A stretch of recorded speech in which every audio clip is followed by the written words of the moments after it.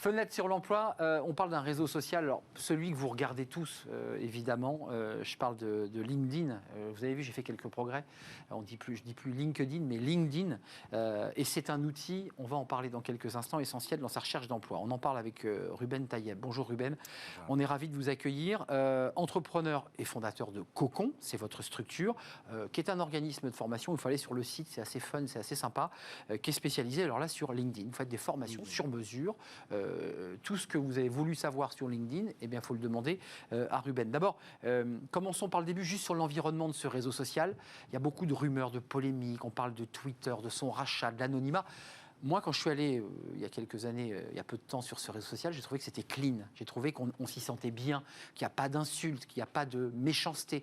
C'est quand même un réseau social extrêmement agréable. On dit souvent qu'il est aseptisé, que c'est LinkedIn pour les vieux. On dit souvent que c'est un réseau social un petit peu Old school. Ouais. Old school. En réalité, je pense que ça vient d'un seul paramètre, c'est qu'il n'y a pas d'anonymat sur ce réseau social. Et donc, les personnes ne mettent jamais en risque leur profil professionnel. Et c'est pour ça, principalement, qu'on trouve de la bonne information et que tout le monde est agréablement surpris quand ils lisent des informations sur ces sujets sur le réseau social. Moins de 30 ans, vous accompagnez des individuels, des personnes qui veulent progresser, puis des entreprises évidemment. C'est un outil incroyable en matière de recherche d'emploi. Alors, expliquez-nous pourquoi. Alors, déjà, il faut savoir que LinkedIn, à la base de tout, quand ça a été créé, l'idée, c'était vraiment de savoir à quel moment on peut tracer les données économiques des entreprises. Et donc, ils se sont dit que c'est à partir du moment où une personne rentre dans la vie active. Et donc, pendant des années, pendant des dizaines d'années, ça a été juste une CVTech. Depuis 4-5 ans, à la tête de l'entreprise, c'est Ryan Skronsky a décidé en fait de transformer en plateforme de contenu. Et là, ça cartonne. On voit vos chiffres sur le site, c'est énorme. C'est hallucinant. C'est-à-dire que vraiment, ils ont réussi le pari. Et depuis peu, d'ailleurs, ils ont créé tout un programme qui s'appelle le Creator Manager, en mettant en avant justement ces sujets-là. Et ils poussent aussi la recherche d'emploi au maximum. Il faut compter à peu près une 50aine de pourcents en termes de nombre d'utilisateurs qui sont là pour rechercher soit des candidats, soit rechercher un emploi. Et LinkedIn, c'est hyper rapide, c'est hyper simple, c'est hyper efficace pour absolument tout le monde, tous ceux qui recherchent des emplois et tous ceux qui recherchent aussi des candidats. Donc ça veut dire en fait qu'on poste d'une manière, alors ça c'est votre boulot, de la rendre attractive, parce que vous montrez sur votre site qu'on est passé de 27 likes, enfin de 27 j'aime et de petits applaudissements à 5000. Enfin, d'abord c'est réel, on voit bien que puis certains noms sont venus sur notre plateau, donc on pourra d'ailleurs vérifier, mais comment on fait là? Comment on fait justement pour créer plus de visibilité, pour montrer sa candidature au plus grand nombre, alors qu'avant de vous voir, on en avait 27? Alors déjà, il faut comprendre que LinkedIn, c'est organisé de 3 façons différentes. C'est-à-dire que chacun des membres sur LinkedIn a un profil, chaque profil est connecté entre eux. Vous savez, c'est un système de niveau de relation, de degré de connexion. Donc en premier, deuxième, troisième. Exactement. La seule différence, elle est très simple. Premier niveau de connexion, vous pouvez envoyer un message privé, autant de messages privés que vous voulez à votre premier niveau de connexion. Deuxième niveau, vous ne pouvez pas envoyer de message. Et quand on suit une personne, on voit le contenu. Et ensuite, vous avez, parmi ces réseaux qui sont connectés, des échanges. Vous avez aussi bien des interactions de publication, des publications, de pouvoir communiquer, et bien évidemment d'envoyer des messages privés. Donc ça, c'est l'activité. Pour reprendre la question, surtout, pour améliorer comment ce vous contenu, upgradez tout comment ça on upgrade, ça se déroule en 3 étapes très simples.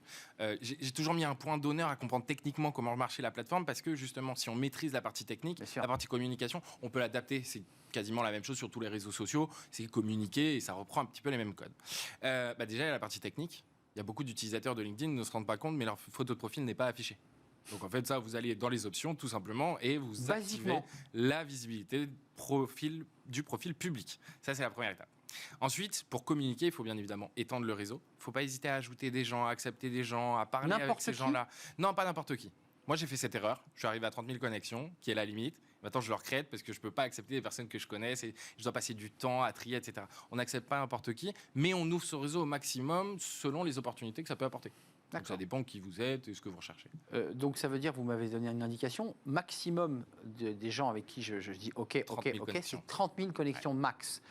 J'ai vu que sur le site, là, quand j'étais sur ma page, il y a plus de 500, moins de 500. C'est ça. Ça veut dire quoi ça? Alors les plus de 500 relations, c'est juste un affichage qui est limité. Ça veut dire qu'on a beaucoup de relations. Vous avez 500 relations, 500 niveaux de connexion.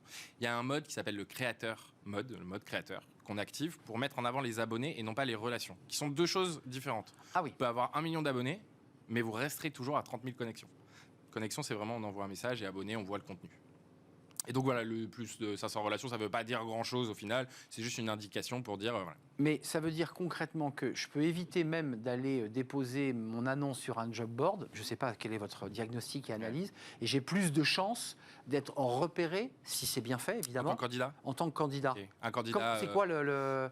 Moi, je pense que LinkedIn, ça reste un outil parmi tant d'autres. C'est-à-dire que quand on est en recherche d'emploi, il faut un mix en fait. Il faut tout faire. Il faut faire le maximum. Il faut aller chercher aussi bien déposer des CV physiquement qu'aller en ligne, etc.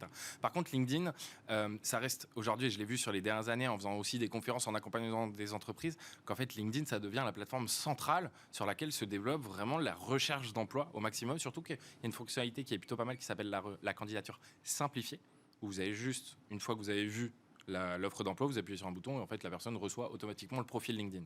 Et à partir de là, il va falloir commencer à soigner le profil LinkedIn. Ah oui, donc ça veut dire qu'effectivement, on clique, on est intéressé, on clique, sauf qu'on n'a pas fait gaffe à notre profil et il n'y aura pas grand-chose, vulgairement, il est tout pourri. Quoi. Il est tout pourri. Et donc la personne va le recevoir, va mécaniquement ouvrir et va se dire, en fait, j'apprends rien, cette personne. C'est ça, exactement. C'est là où vous intervenez.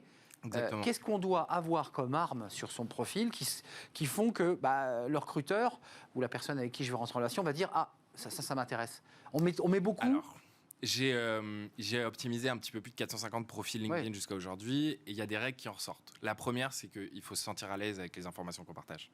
C'est d'ailleurs, je dirais, la seule règle qu'il faut respecter. Il y a des informations, des fois, qu'on ne veut pas partager, qui sont trop personnelles, ou des emplois qu'on ne veut pas dire qu'on a fait.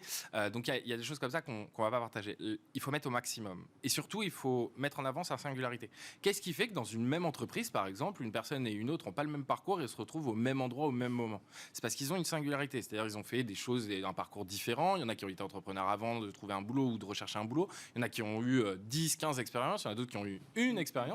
Il y en a qui font partie des associations. Il y en a. Ça, faut le mettre. Faut mettre un maximum. Un sport, un hobby, une passion, des compétences aussi, des expériences. Faut pas hésiter aussi. Il y a une fonctionnalité qui s'appelle les recommandations. Faut pas hésiter à aller demander à des gens avec qui on a bossé de nous donner des recommandations sur le profil. Excusez-moi, on va vraiment les voir, ça, les recommandations? Ouais, vous êtes un expert. Quand on est recruteur, les recruteurs vont les... On va cliquer sur les recos. Bien sûr. D'accord, pour voir qui a signé. L'a donné et pourquoi ils l'ont donné aussi. Oui, bien sûr. Donc tous ces éléments-là, vous les prenez en compte, en tout cas vous reformatez aussi, parce que parfois c'est très empirique finalement, on s'en sert de manière très empirique, sans avoir d'ailleurs toutes les fonctionnalités que vous nous révélez. En tout cas, c'est un outil essentiel pour la recherche d'emploi aujourd'hui. Le chiffre, c'est combien? On est passé de combien d'abonnés? J'ai vu là... Utilisateurs actifs sur LinkedIn. Ça a doublé. Hein.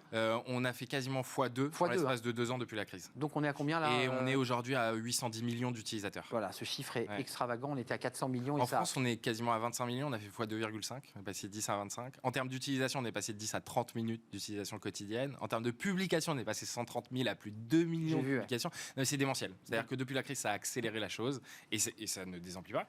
Ruben Tayeb, c'est un vrai plaisir. J'ai appris plein de choses. Je progresse d'année en année avec LinkedIn, entrepreneur et fondateur de Cocon, qui est, vous l'aurez compris, un accompagnateur, facilitateur lorsque vous voulez vous plonger dans LinkedIn sans vous noyer, évidemment. Merci de nous avoir rendu visite. Merci à vous. Merci de votre fidélité, évidemment. Merci à toute l'équipe. Merci à Mani pour la réalisation. Merci à Mathieu au son. Merci à Fanny Griesmer et merci à Lily qui nous accompagne dans cette émission. Merci à vous. D'ici là, à demain, j'ai envie de vous dire. Et puis d'ici là, portez-vous bien. Bye bye.